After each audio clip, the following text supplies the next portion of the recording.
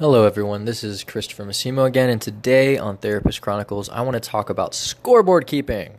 So what is scoreboard keeping?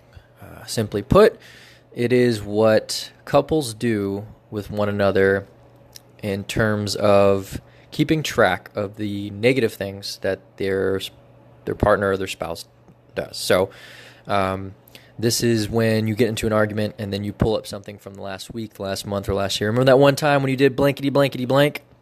That's scoreboard keeping.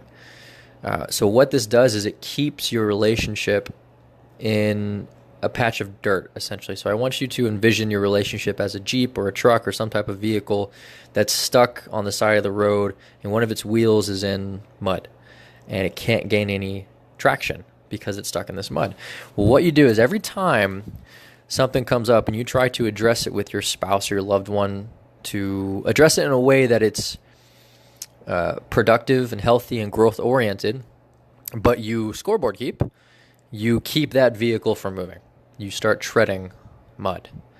So you have to be really cognizant of what you say in these types of situations, because the moment you bring in scoreboard keeping, you can put your partner in the defensive. And as soon as that happens, you're not really going to get anything out of that conversation. Now, obviously, nobody's perfect. Okay, you're going to mess up.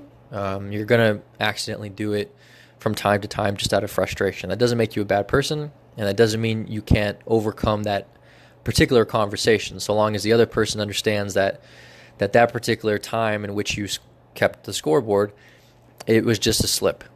Okay?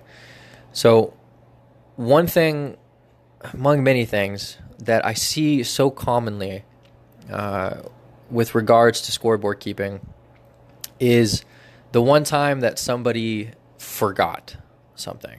So this is often connected to one of the 10 cognitive distortions that's called mind reading.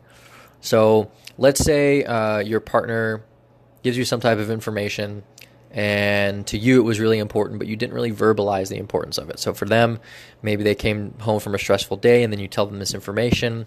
They hear it, but they're not really listening. They kind of tuned it out. Or maybe they were listening and they just got busy later and forgot about it.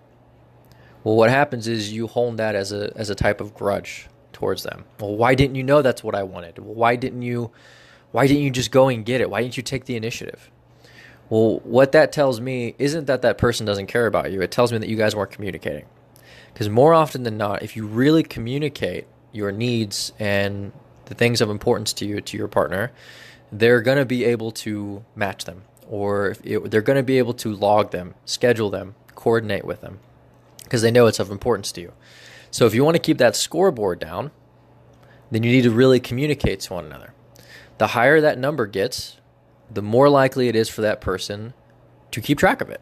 The more times you forget something, the more times you mess up on something, the more times you yell at somebody or do something that is a pet peeve to your partner, the more likely they are to bring up that scoreboard. So the deterrent to that is really healthy communication. Now, scoreboard keeping, to me, it's maybe the most commonly heard issue that I see with couples, and they don't know that it's called scoreboard keeping. That's kind of a term that I came up with, but I'm sure other people have come up with it. But the idea of not allowing yourself to be present for that particular conversation, or to be goal-oriented and future-oriented with a particular conflict that you and your partner are facing because you're pulling up something from the past, happens in every single relationship at some point.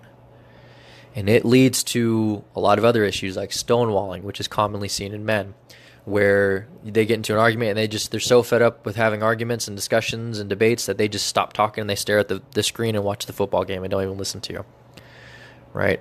Or grudges with women, holding grudges with people and not letting that go, and kind of harping on it and beating the dead horse when it's dead.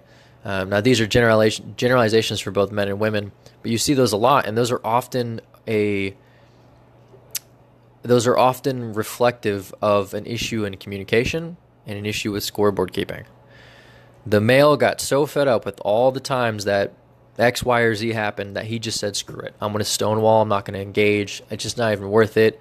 But that's a really slow, torturous life for a relationship, when you can't engage and handle conflict when it arises.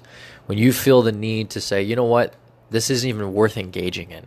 You're saying your relationship isn't worth engaging in, right? And again, I think that often stems from scoreboard keeping. Now, I don't want to go too deep into it. This is more of just my reflection on the idea of it. But if I were you and you're in a relationship, I would see how often I do this. I would reflect on how often I do it. Not your partner. I would reflect on how often I do it. And I would say, okay, maybe this is something that I need to address with my spouse or my partner, my girlfriend, my boyfriend, whatever. I think this is something that has found its way into each of our arguments. I do find myself doing this more often than I should. And I bet you there's a direct correlation between how often you do it or your partner does it and how often you guys argue. And how long it takes you to resolve something that should take 10 minutes, but instead for you takes a week or a month or even longer. Take note of that, reflect on that. Let me know what you guys think. The podcast you just heard was published with Anchor. Got something you want to say to the creator of this show? Send them a voice message using the Anchor app, free for iOS and Android.